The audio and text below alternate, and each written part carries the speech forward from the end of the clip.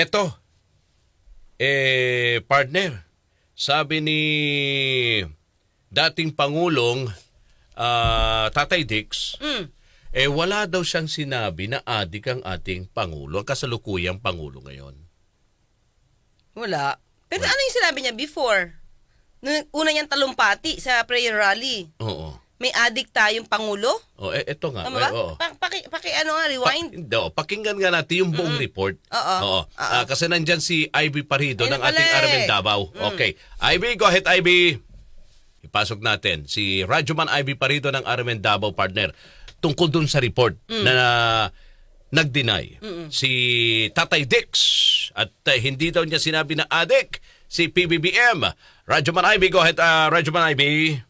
Nalilito ngayon ang netizens sa mga pahayag na binitawan ni former President Rodrigo Roa Duterte o FPRRD matapos niyang itinanggi ang pagsabing adik sa kasalukuyang Pangulong Ferdinand Bongbong Marcos Jr. Wala akong sinabi na gano'n. Mama, you have to, even if you kill me 1,000 times, wala akong sinabi na gano'n. Sabi ni FPRRD kagabi sa isinagawang media presser sa Davao City. Komento pa ni Ching Ching na isang Davaoan niya na nakakalito ang mga salita ni FPRRD na parabang pinaglalaroan lamang nito ang isipan ng mga tao dahil sa kanyang mga paikot-ikot at paiba-ibang pahayag. Sa naging panayam naman ng DXD si Armen Davao sa isang political analyst na si Ramon Belano III, sinabi niyang para itong testing the waters kung kakagat ba ang mga tao. At ika nga ay dapat nang masanay ang mga Pilipino at ang media dahil ang mga sinasabi ni Duterte ay base lamang sa kanyang nararamdaman. Maaalalang noong January 28 sa isang prayer rally ng hakbang ng maisog sa Davao City, iginiit ni Duterte na manluloko si Marcos at mayroon tayong presidenteng adik sa droga. Dagdag pa niya na dating kalakip sa drug watch list ng Philippine Drug Enforcement Agency o PDEA ang pangalan ng Pangulo. Bongbong bangag yan. That's why sinasabi ko na sa inyo ngayon, si Bongbong Marcos bangag noon, ngayong presidente na bangag natin ang presidente. Kayong mga military, alam ninyo yan, lalo na yung nasa Malacanang, alam ninyo, the Armed Forces of the Philippines, alam ninyo, may drug addict tayo na presidente. Kasama mo sa Armen DXDC Davao, Radyoman Ivy Parido, Tatak Armen. Alright, dagang salamat Ivy Parido ng Armen Davao. So yun, partner, ang report na ng ating Armen Davao patungkol doon sa sinasabi ng dating Pangulo, wala siyang sinabi na adik. Ano bang kaibahan ng adik at saka bangag? Partner! Oo. Kasi, sinabi lang namin niya, alam to ng militar, alam niyo sa Malacanang, mayroon tayong drug addict na presidente. Oo. Baka presidente kasi ng fans club mo. O baka presidente ng ng Riders Association. PTA. Diba? Hindi naman niya Pwede. pangalan. Diba? May binanggit siya na Sa unahan. alam na militar. Malay mo nga. PTA. Ano pa may presidente na ano? So hindi niya tinutuko yun ang Pangulo ng Pilipinas. Ibang presidente. Presidente yun. Diba? Lusot. Oo nga. Kayo naman talaga. Hindi na kayo nasanay, di ba? Pag hindi nagbibigay kasi ng pangalan, tandaan mo, may ginanyan siya dati, si Franz Castro, si Franz. Oo. Wala daw siya sinabi na gusto niyang patayin si Franz. Oo. Dahil sabi niya, ang patayin ko, yung mga komunista. Oo. Di wala. Lusot. Takas siya Dismiss sa ang ano kaso. Acquitted. Acquitted. Talaga. Dismiss ang case. Oo nga. Talaga kayo naman. Binibigyan nyo naman talaga ng mali sa lahat Ayaw nyo ng kasi mga paniwalaan ng dating Pangulong Duterte sa mga sinasabi niya. Talaga. Masyado kayo. Baka Kailangan naguguluhan. Ba't kami dito? Hindi. presidente ng Homeowners Association. Pwede. Ang dami-daming presidente, partner. Diba? Hindi naman pala, wala naman siyang binanggit na yung presidente ng Pilipinas. Hindi, Ang sinabi pala niya, malinaw naman, partner. Maliwanag, diba? Maliwanag. Presidente ninyo. Diba? Diba? May drug addict kayong presidente. Mga military, alam ninyo yan, lalo na yung nasa Malacanang, alam ninyo, The Armed Forces of the Philippines, alam ninyo, may drug addict tayo na presidente, puta.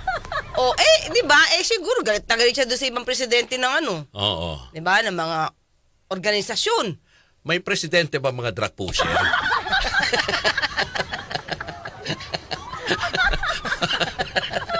Baka doon siya tinutukoy niya mismo yung presidente ng mga adik.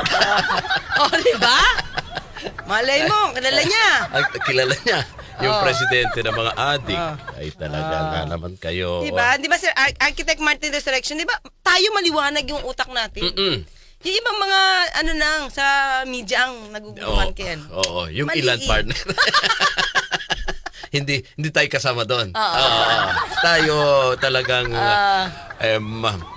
marunong tayong Kapisado na natin. Oo. Kapisado na natin. Pangulong Duterte. Kung ano-ano ang sasabi niyan. Oo. Bukas oo, bukas hindi. Ay, kapisado na natin yan. Ay, yung presidente ng Santon, mga matitiniot, healthy yan ha. Malayo. Sino bang presidente ng Santon Club daw? May Santon Club na pala sa ating mga kayubi ha. Baka yung yan dating yung mga walang mga sakit. Mga healthy yan. Baka yung dating na asawa ni Tay Amik. Naging si presidente. Umorder, oo. Binoto niyo na ba? Okay, speaking of Santon Plus, Ma'am Jen. Hi, si Ma'am Jen. Gumagamit ng Santon Plus.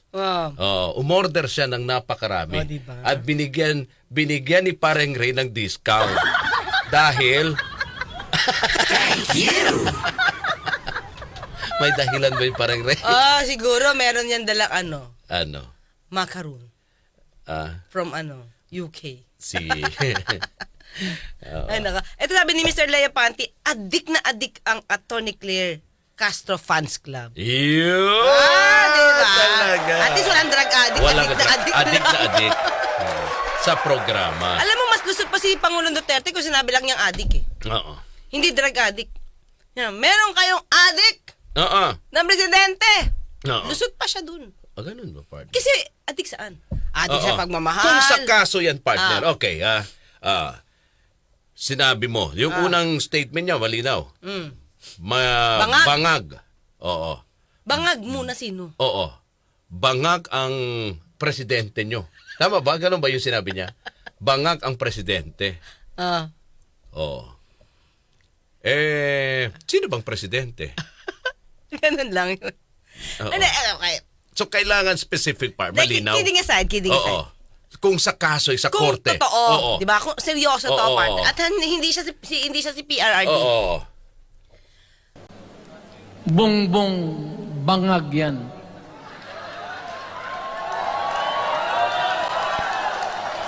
That's why sinasabi ko na sa inyo ngayon, si Bongbong Marcos bangag noon, ngayong presidente na bangag natin ang presidente. Kayong Ang pagsasabi ng siya, drug addict ka, partner. Alam mo Oo. naman kung sino yung pinatutungkulan niya. Oo. May una siyang premise sa unang sentence. Oo. Di ba?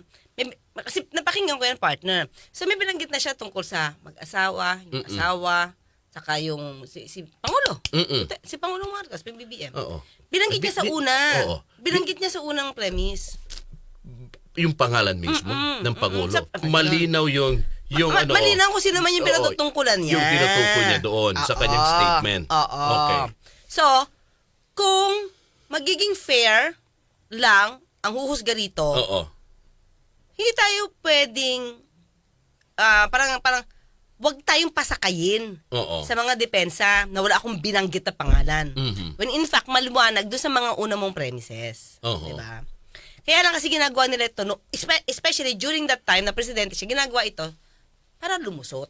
Mhm. Ang nangyayari kasi, mga kayubi, ginagawa tayo mukhang tanga. Oo. Diba sa mga depensa na, joke lang yan. Oo. Alam nyo, let's not give too much meaning to the jokes of the president. Ganun lang talaga si presidente at hindi na siya po pwedeng magbago because he's already in his 70s, no?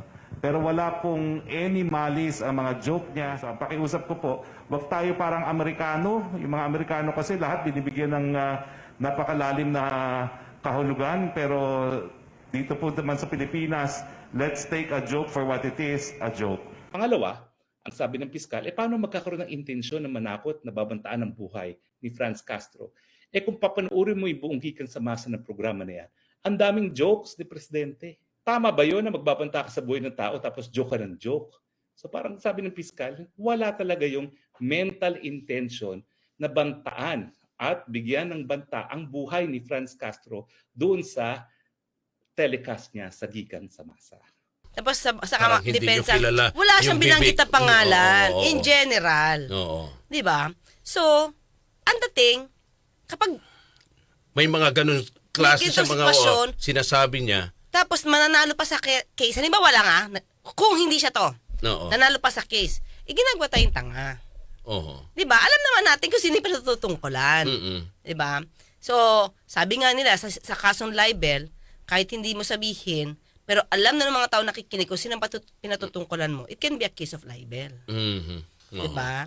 Yun. So, dito, very clear naman kasi. Kaya ang tanong natin, alam pa ba ni Pangulong Duterte kung ano yung mga sinasabi niya? Pero 'di ba abogado siya? Ano nga siya, partner eh? Prosecutor. Prosecutor. Kasi Oo. yung problema, ilang taon na siya. Oo. Baka nakakalimutan niya na yung mga sinasabi niya. Oo. Magaling talaga kasi magsalita si Pangulong Duterte. Mahahatak ka. Sabi ko Oo. nga may karisma. Kaya lang at his age now, alam pa ba niya yung sinabi niya kahapon, saka yung sinabi niya kanina, at yung sasabihin niya ngayon. Oo. Diba? Alam pa ba, nako-comprehend niya pa ba? Oo. Kasi kung ganun siya, dito partner, in this situation na sinabi niya, wala siyang sinasabing adik ang presidente, parang hindi na niya nako-comprehend yung sinasabi niya. Which is pangit. Oo. On his part. Oo. Pangit. Bakit? Pinakikinggan ka ng marami, inaabangan lagi kung paano ka magsasalita. Ano sasabihin mo? Correct. Diba? May Oo. mga pasabog ka kasi kaya madalas ka inaabangan. Oo. Diba? Pero kung sasabihin mo na hindi mo sinabi to, Wala akong sinabi na ganun. Ma'am, you have to, even if you kill me 1,000 times, wala akong sinabi na ganun. Taking a drug. Pero kung sabihin mo, addict, wala akong sinabi na ganun. Patayin ako ni Marcos niyan. Maawa ka naman sa akin. Matanda na ako. Ano sinabi noon? If I can say it for to Marcos, I can say it for all. Ayaw ingnawa kay antibiotic na to, kay aspirin. They're all drugs. It's just nomenclature. Pero wala akong sinabi na patayin ako ni Marcos niya. Takot pa naman ako mamatay ng matanda na ako. The Armed Forces of the Philippines, alam ninyo, may drug addict tayo na presidente, baka, ang dating na ng tao. Mm-mm. Ngayon, Sinungaling ka. Hindi sinungaling. O, ano, partner? Nag-uulyanin. Ay nako, yun ang delikado. Oh. Diba? Syempre, sa edad din niya. Di ba Yun. 70 plus na? Ilang taon na ba si Pangulo? Oh. 70, 80 na. 80. 80. 79 daw Oo. siya, pero sabi parang hindi daw lucky yung 79, kaya 80 na siya. 80 na siya. So, di ba? Kaya minsan, less talk, less mistake. Oo. So, Kaso nga lang, di ba, dati pa ang Pangulo talagang gustong-gusto niya magsalita, partner. at pa kasi siya nagpa-presscon? Ah. Ika-prayer rally pa lang niya. O nagbabalik-balik tuloy yung sinasabi niya. Oo, dahil siguro, yun nga, gusto niyang... Hindi naman niya inaano si Gusto Pastor niyang- Kibuloy Oo, gusto niyang bawiin yung sinabi niyang adik. Naging okay naman yung Hindi naman malumanay siya. Wala na siyang sinabing masama Mm-mm. against Pangulong Marcos. Oo. So kaya sabi nila, uy, ba't parang naiba yung hangin? Mm-mm. Kasi from the first prayer rally, ibang-iba sa second. Mhm. Para siyang, parang wala. Wala siyang pinintisan. Ang mainit, mga kayubi, si Atty. Harry Roque. Kayo ha? Huwag kayo magpupulburon! Masama yan! Pag kayo nagpulburon, pabalik-baliktong ang desisyon nyo para sa bayan. Anong nangyari? 1 taon pa lang ang nakakalipas Ang sabi ng isa, hindi ko kinakailangan ng charter change para umunlad ang Pilipinas. Isang taon pa lang ang nakakalipas, ano na naman ang sinabi niya nung nakalipas na linggo lamang? Kailangan natin ng charter change. Bulburon o hindi? Anong sabi niya nung nakalipas? Ang China, ang pinaka-importante nating kaibigan. Ano ngayon ang sabi niya? Ang China ay binubulit tayo. Bulburon o hindi? Ang sabi niya nung nakalipas, si Vic Rodriguez, ang pinagkakatiwalaan ko bilang Executive Secretary, 2 buwan pa lamang, nawala na ang Vic Rodriguez. Bulburon o hindi? Yung mga hindi, going back dito kay well, sabi mo nga partner, 'di ba? Sabi nga ni Adictus tama, charismatic yung kanyang charisma. Talagang kasi- iba eh. Lalo na sa masa partner. At Di ba? actually, ang lakas Oo. ng karisma niya ngayon, until sinabi niya hindi niya sinabi yung Oo. adik. Pero sa tingin mo, dahil sa may inconsistency na eh. 'Di ba? Sa mga sinasabi niya gaya nito. Diba? Doon sa rally, kung ano-anong mga binabanggit niya, kung ano-anong mga aligasyon, di ba? Ang sinasabi niya, laban sa administrasyon. Wala pa naman siya script. Wala pa siyang script. Wala na pumasok sa utak niya. Labas lang sa bibig, partner. Do you think, partner, hanggang ngayon, pinaniniwalaan pa rin siya Na marami. ng marami? Prior to this, tingin ko, oo. Hindi, kasi sabi nga kanina ng, di ba, sa interview ng ating Aramen Davao, doon sa isang political analyst, kumbaga, sinusubukan.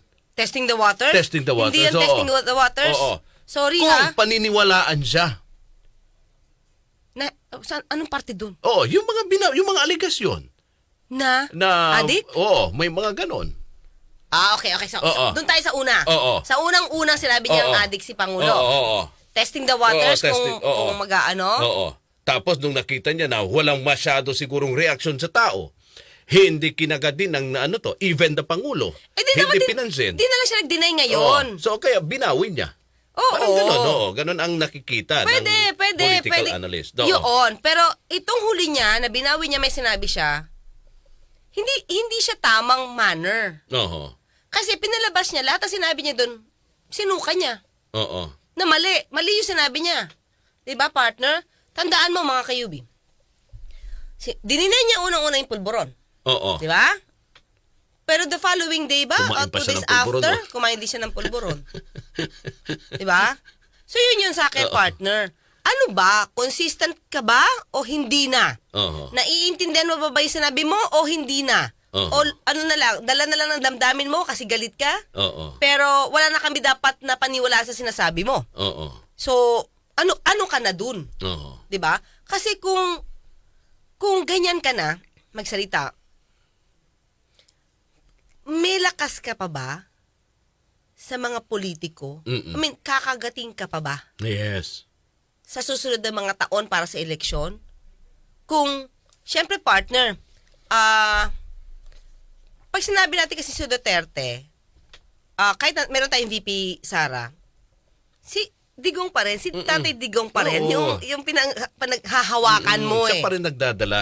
Siya pa rin yung nagdadala. Hindi naman si VP Sara eh. Oo. Kasi syempre, partner, sabi nga nila, proven daw and tested. Lalo na nung umupo, nakita naman nila kung ano yung mga ginawa. Okay. So, ano natin yung ibang mga negatibo na aligasyon sa kanya? Yung lang mga, during the pandemic, diba, ang dami niyang mga binigay na ayuda din.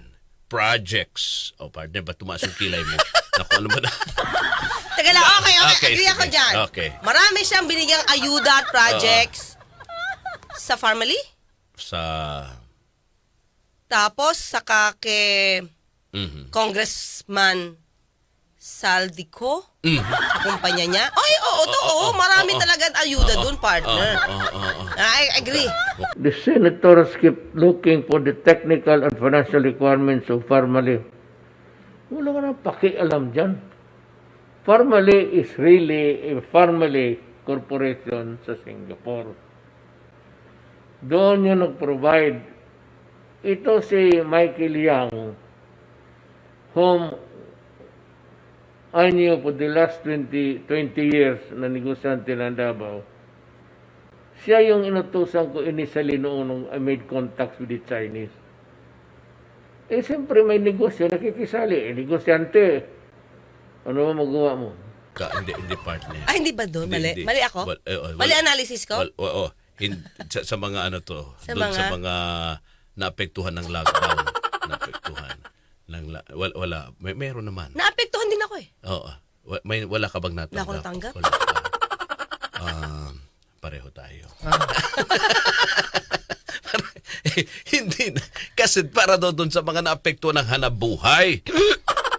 Partner, Oo. daming jeepney driver na apekto ng trabaho nun. Oo. Para naman din nila naramdaman Wala yung din tulong. nila. Oo.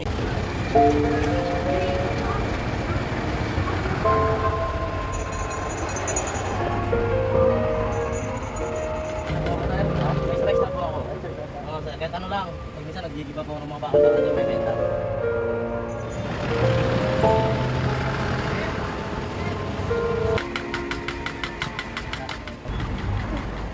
Kakain kami ng isang beses sa isang araw kung nakakanan dito. Kapag minsan nga po kung wala magbibigay, minsan wala talagang kain. Ngayon punong-puno na po kami ng utang.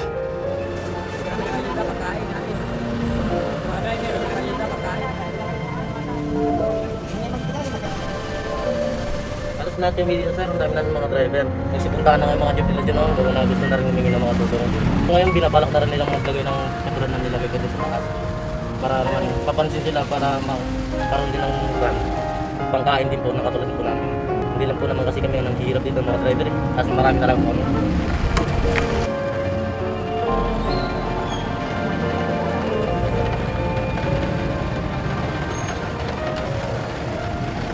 Okay, sige. So, yun. Basta, But anyway, sila- basta may maganda naman Oo, siya nagawa. Huwag na natin ipagkait yan. Kaya lang sa Correct, akin, partner, kung i-analyze mo, Oo. syempre, yung mga politiko, tandaan mo, parang medyo humina na yung partido nila. Oo. Tandaan mo. Diba? Totoo yan. Nag-alisan. Kasi Oo. syempre, wala na sila sa poder, maliban kay VP Sara. Oo. Parang hindi on good terms ngayon, di ba? Mm-mm. So, pasok ngayon sa nakaano. Alam mo naman ang mga Pilipino, kung sino ang nasa posisyon, doon ang gawi. Correct. Ang tanong natin, sa susunod ba mga eleksyon, gagawi pa ba sila kay PRRD? Kay former President Digong? Ako hindi. Kung ganito siya na, Oo. Hindi ko na nakikita yung partner. malabo na. Malabo na. Kasi unang-una, isipin nila ng mga tao, physically, Oo. Oo. weak siya. Oo. Physically ha, Correct. paano pa yung mentally? Oo. Ah. Di ba nakabaston, di ba nakatungkot na si PB, After nga siya maging presidente, para siyang- FPPR, oo. Parang siyang biglang hina. Feel ko Oo. lang mga Oo. kayubya. Parang bigla siya. Ayan. So, di ba, dapat kung ako sa kanya, at tatandaan niya naman yung sinabi niya, wag na lang siya mag-comment. Oo. Gayahin niya minsan si VP Sara. Pagka naiipit sa issue, Tahimik. no comment. Correct. Kasi pag na-quote ka dyan, katulad nito, wala siyang sinasabi, partner. Oo. Iisipin ng ibang tao, siya gagamitin laban sa'yo yan, nag-uulyanin ka na. Oo. Di ba? Kahit sabihin mo, wala na siya sa pwesto, wala na siya sa poder. Yung mga sinasabi niya, official pa rin yan, partner. Naman. Oo. Di ba? Yan, iko-code pa rin, tama ka. At yun ay balita pa rin. Oo. Balita pa rin po yun sa taong bayan. Saka isa siya sa mga influential people ng Pilipinas pa rin, partner. Kaya lang, tingin ko with this, kung itong news na to kakalat, asing kakalat, madidisappoint sa kanya yung ibang mga tagahanga niya, partner. Pero hindi naman siguro maapektuhan si BP. Para mataas ang survey si Oo. KVP 30 plus. Survey for 2020 Pagiging presidente? 2028. Tama ba next to 2028? Oo. Yes. For 2028. Parang yung nakita ko eh. Oo. Survey for partner for 20 hindi trust ratings yan ah. Hindi. Kasi kasama pa si Senator Raffy Tulfo pa mga pangalawa eh. Oo. Parang 20-something eh. Pan-third yata si Lenny eh. Oh. Pero malayo. Kaya Oo. syempre, anyway, malayo pa naman yan. Wala pa Oo. naman nagdi-declare. So, paano? Hanggang bukas. Magkita't magkarinigan tayo. Ako po sa Tony Claire Castro. Nagpapaalala, huwag tulugan ang inyong karapatan. Mga kasama-samahan natin uli ang ating nag-iisang abogada ng bayan bukas. Ako naman po ang inyong lingkod, Radyoman Rod Marcelino.